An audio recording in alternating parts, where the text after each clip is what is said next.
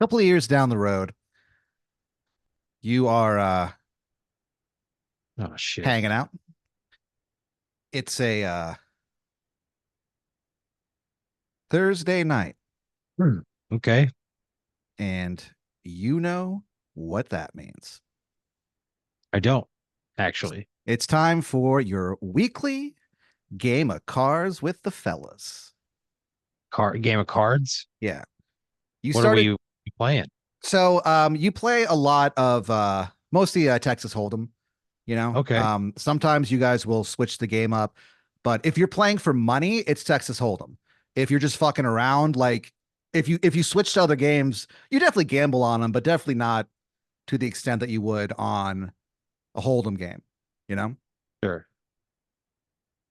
And you kind of say to yourself, you got to know when to fold them. All you can remember is the second part of that saying. So you're just like, so you fold a lot, but you're a cautious player, but I don't hold. I only you're fold. it's not that you only fold. It's just that you'll fold the drop of a fucking hat, dude. Even if you have like a decent pair, if somebody that you are playing with, if you get a feeling that that flush man has a good hand or has like anything, you'll just fold. You'll just go Wait, whatever. there's a guy there that everybody calls Flush Man. Yeah. So what it What? is, Wait, is it because he gets flushed? Is this a card thing or is it unrelated to cards? It's his nickname.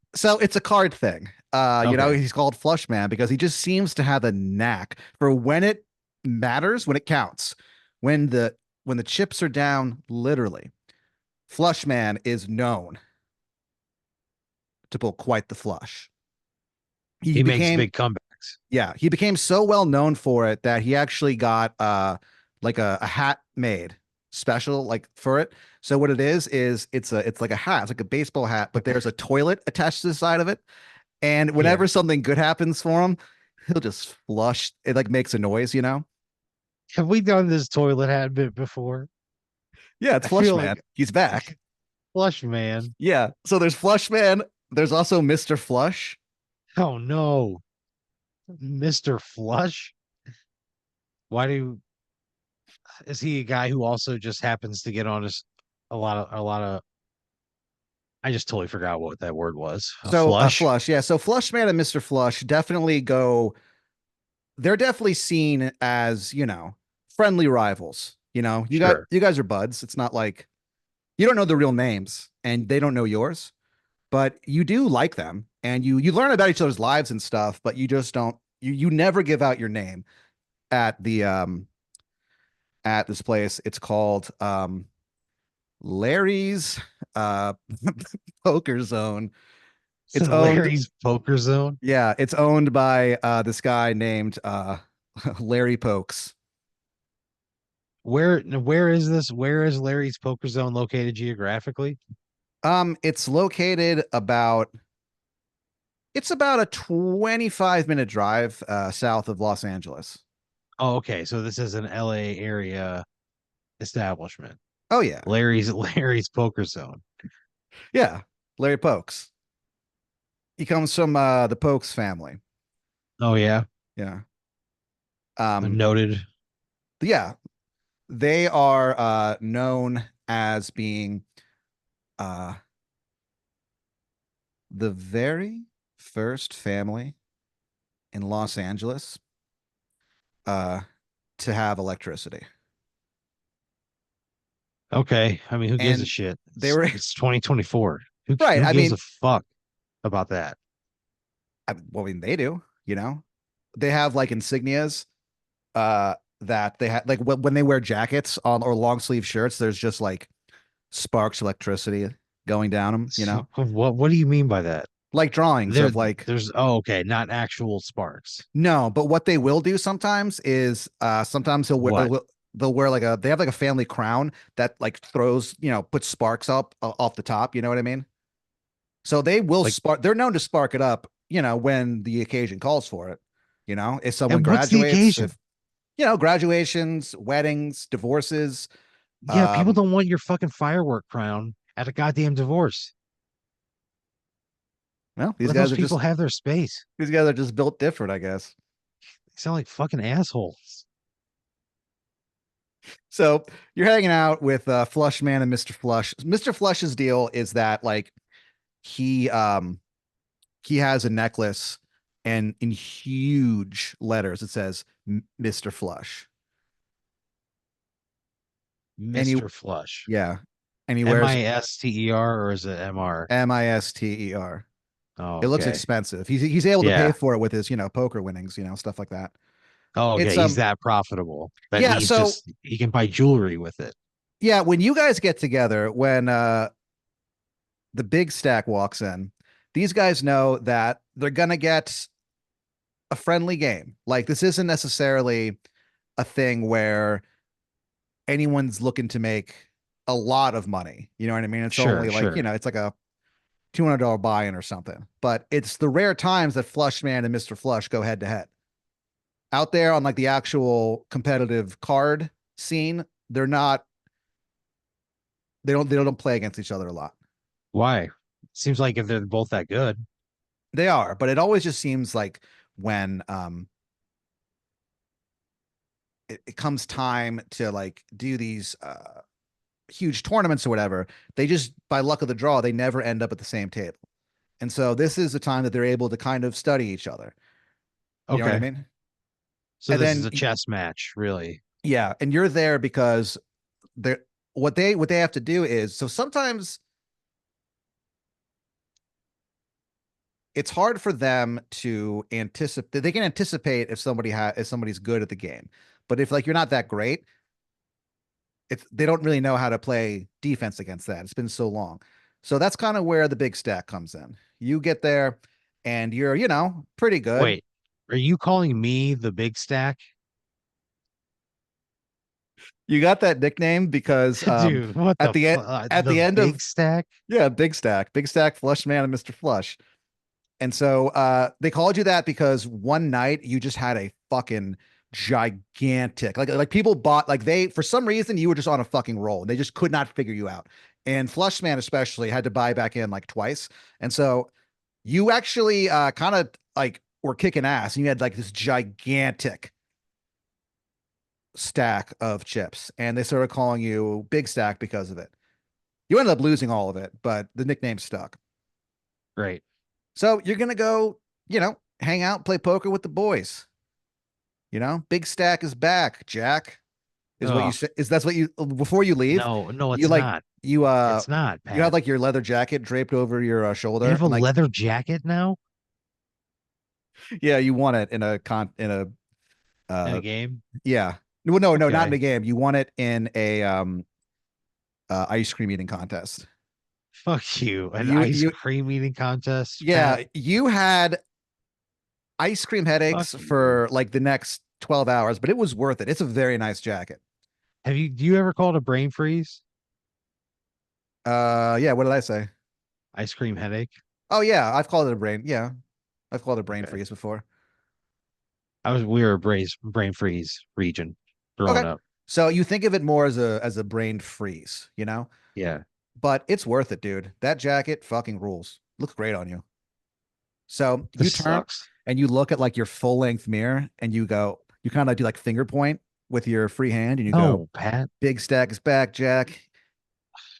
You This wink, sucks. Big stack sucks.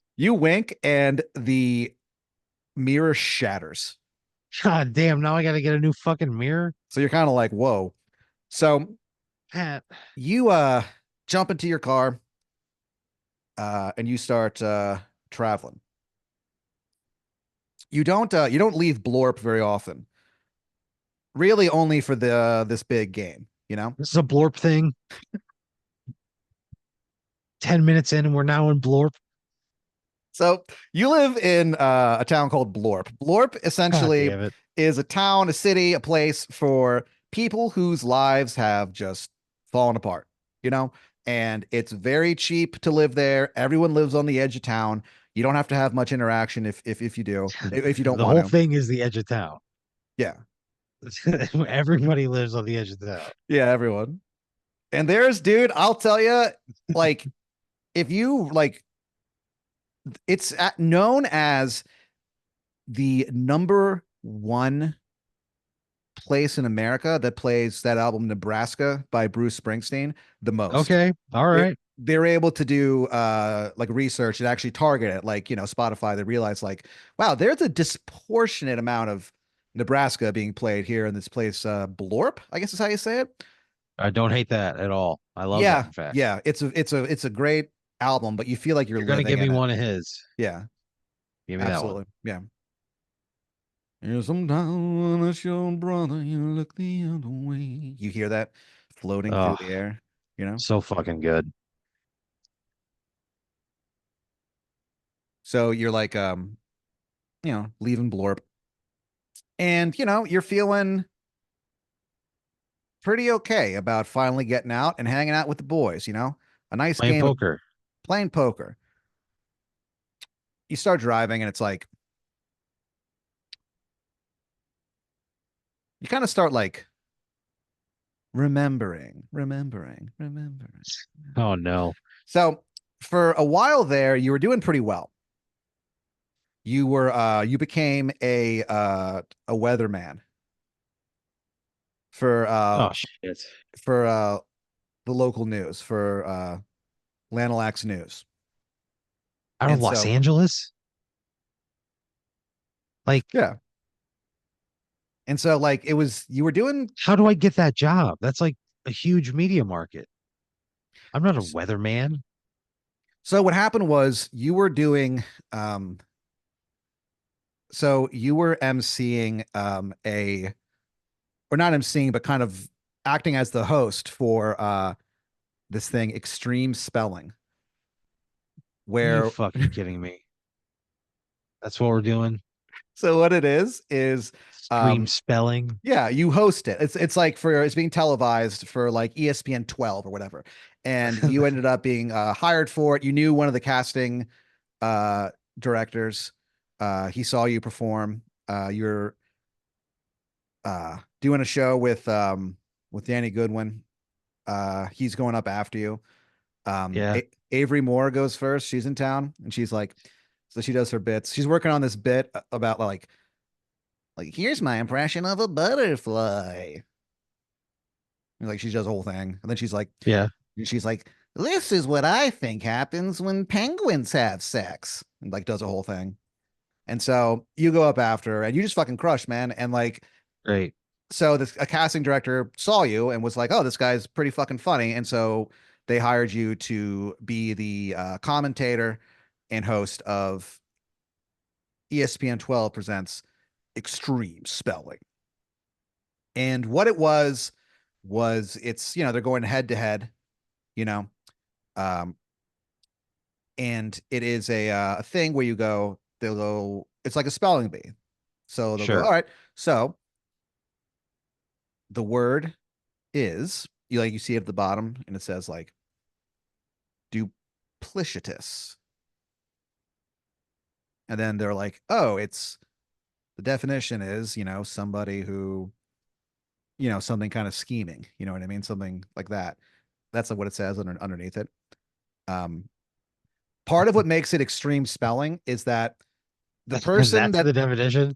the person that they have provide the definition like hasn't seen the word before. Oh no. You know what I mean? So like they see it and they're like, "Oh yeah, I know what that means." Kind of like so like even if they know what it means, sometimes they're put on the spot. Their definition is like, you Yeah, know what I mean? yeah. So that's why it was kind of phrased That oddly. sucks. And so they'll narrow it down and they'll figure out the word and like spell it and shit. And so they have to figure out what the word is. So they're given the definition first, then they figure out what the word is, and then they have to spell it. And so after the spelling is done, that's where it goes to the ground, where it turns into like mixed martial arts a little bit. What? Yeah. So there's like violence in between the words.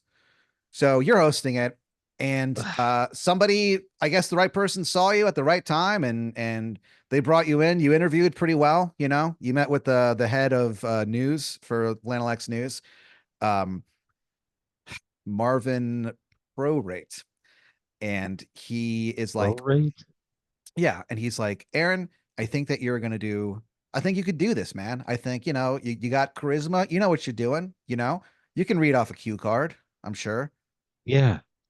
He's like, look, between you and me, weathermen haven't been real meteorologists for over a decade at this point. I don't think that's true. He's like, we're looking for personalities. We have meteorologists and they figure out the weather. All you do is just say it, you just present it. Think of yourself as a lawyer who his specialty is presenting the case. Even if someone else on the team comes up with the arguments, he's the one who's best able to present it. Yeah, but he's also like still a lawyer, Right. you know? This is me not as a weatherman or meteorologist, as a general idiot. But it's Like, performing. He goes, yeah, he but goes, like, it's performing, babe. And he has a gigantic cigar, oh no. but like That's it's how not you lit. know. Oh, okay. He's just chewing on it. He's chewing on it. Yeah, he had a really he's kind of getting over an addiction. So his thing now is like, oh, I just like, I smoke cigars, but he hasn't lit it yet. He was All addicted. right. He was addicted to to rock and roll. Yeah. He had a really bad rock and roll addiction. Where from morning till night, this guy would just sit around and listen to rock. And it got to the point where it was affecting work, it was affecting his relationship with his children. Thank God he was able to get over it, to stop it, to realize what was going on before, like, lasting damage happened. You know what I mean? Jesus Christ. His wife finally That sat him. sucks so bad. His wife finally sat him down one night, and she was like, honey, what were you doing today at 3:30? And he, of course, keeps, track of all the what rock he listens to. And so he was Yeah, like, of course he does. so he was This guy has a fucking problem. he's addicted to rock and roll. And so Yeah. he was like, oh yeah, I was listening to the Stones then. Yeah, I was listening to Exile on Main Street. And she was like, well, I hope it sounded good. You know where I was at 3:30?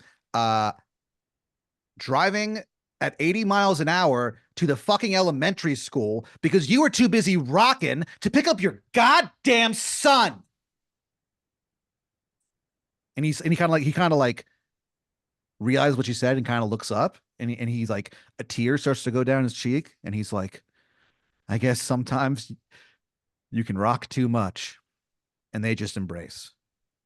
That's in the cradle in the silver spoon. A little boy blue and a man on the moon.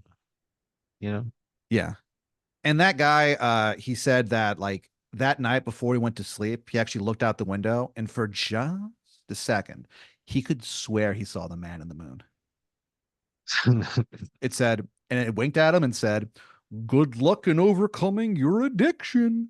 The man on the moon is supportive of this guy.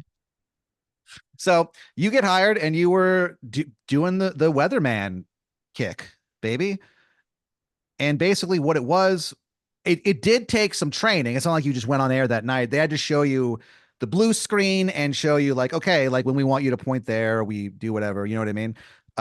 And so they work with you and you actually start figuring it out pretty quickly, actually.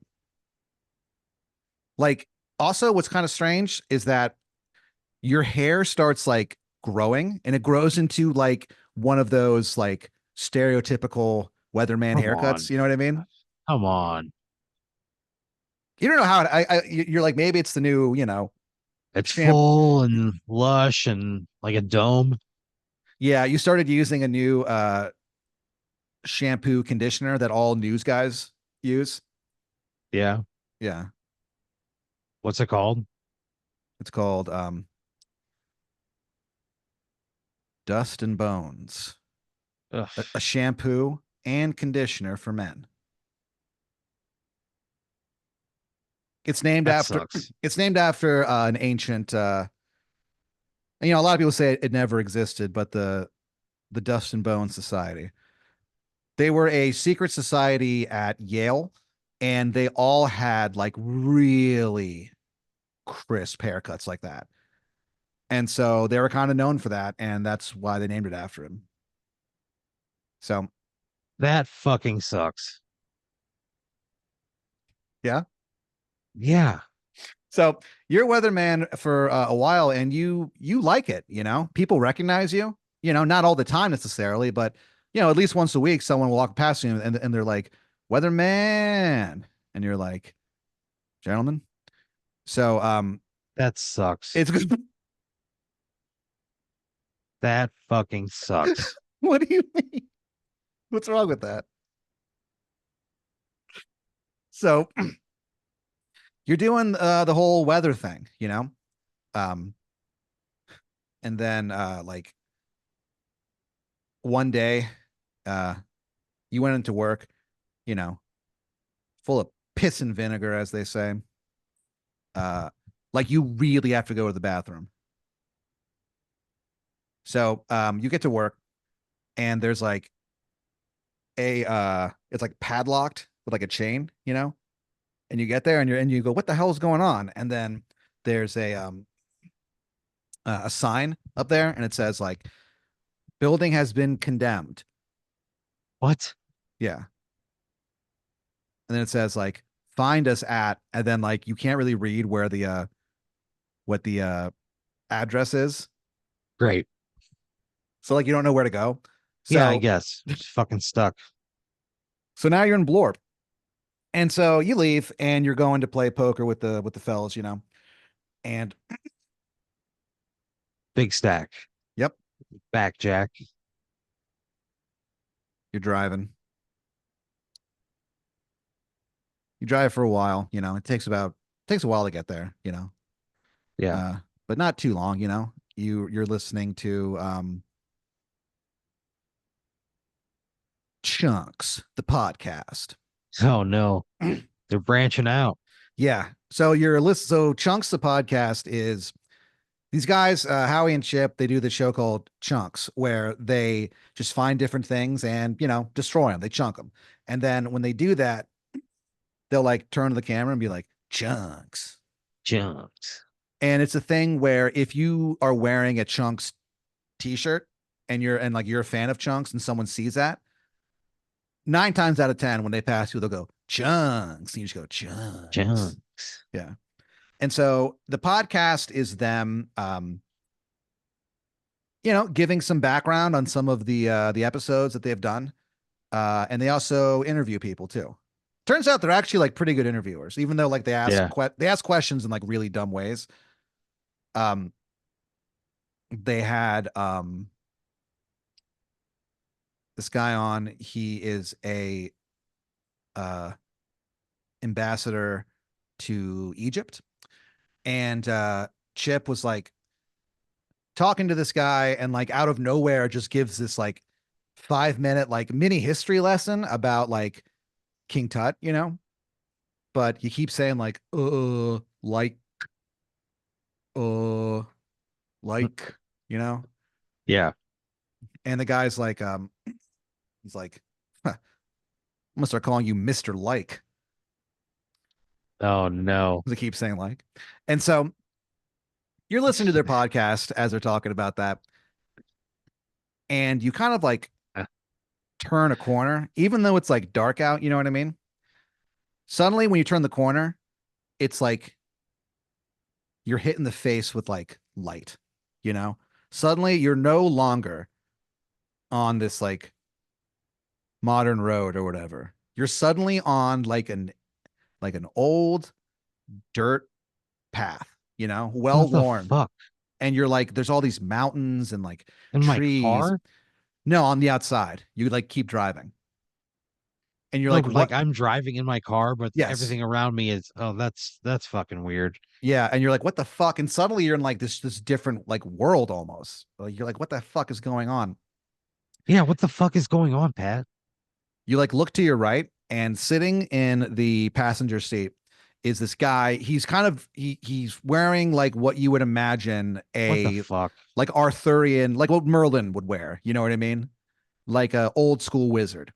And And he just materializes in my passenger seat. yeah, I don't like this at all. he goes, he's like, "Hello, Aaron. My name is Stardust the Space Wizard. Oh God. Welcome to the Rosy Realm." You're like, "What the fuck?" So you just slam on the brakes, and you kind of look at him, and he kind of goes on to explain that the Rosy Realm is sort of like a Lord of the Rings esque sort of deal. He's like, "That's the best way I can think to explain it to you." Great. He goes, "Aaron, we've been monitoring you. We've been searching for you. We feel like for like 1,000 years." He goes, "Because you are the one who can predict the storms." Realize how bad the last few years of my life have been, right? They've been the worst years of my entire life. Uh, it's been truly hell up Sure. until the last several months. Yeah. And where the fuck were you then? Where the fuck were you when my life was in the absolute fucking gutter? Where the fuck were you? He's like, "We got lost." Are He's like, you "Anyway," fucking kidding me? he's like, "It's hard to find Blorp." So, uh, basically, he's like, "Aaron, you're the only one who can like help us defeat the Storm Force." He goes on to explain that he is at war with this group, the Storm Force. They're these you know, guys who can control the weather, and they use it to attack him and his forces. You know what I mean?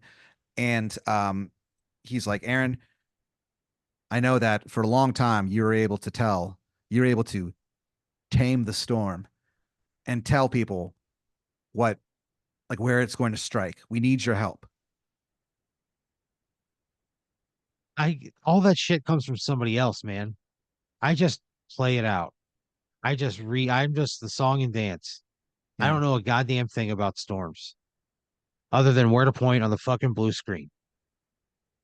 So he's like, "I see."